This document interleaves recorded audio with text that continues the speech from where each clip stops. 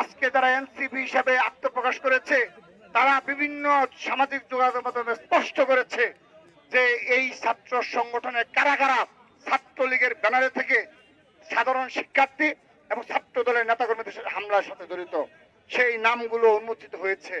কোন একটি হলেও একজন কর্মীকেও, ছাত্র দলের একজন কর্মীকেও কোন হলে স্থান দেওয়া হয়নি।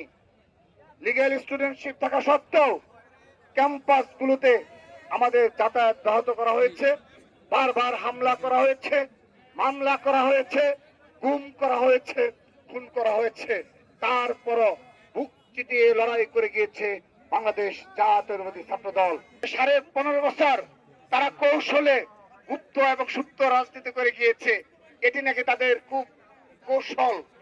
কিন্তু এই অপকৌশল গ্রহণ করে সকল শিক্ষা প্রতিষ্ঠানে আমাদের উপর যতগুলো হামলা হয়েছে আমরা তদন্ত এবং সাধারণ শিক্ষার্থীদের এবং পরবর্তীতে আজকে যারা এনসিপি হিসাবে আত্মপ্রকাশ করেছে তারা বিভিন্ন সামাজিক যোগাযোগ মাধ্যমে স্পষ্ট করেছে যে এই ছাত্র সংগঠনের কারা কারা ছাত্রলীগের ব্যানারে থেকে সাধারণ শিক্ষার্থী এবং ছাত্র দলের নেতাকর্মীদের হামলার সাথে জড়িত সেই নামগুলো উন্মোচিত হয়েছে।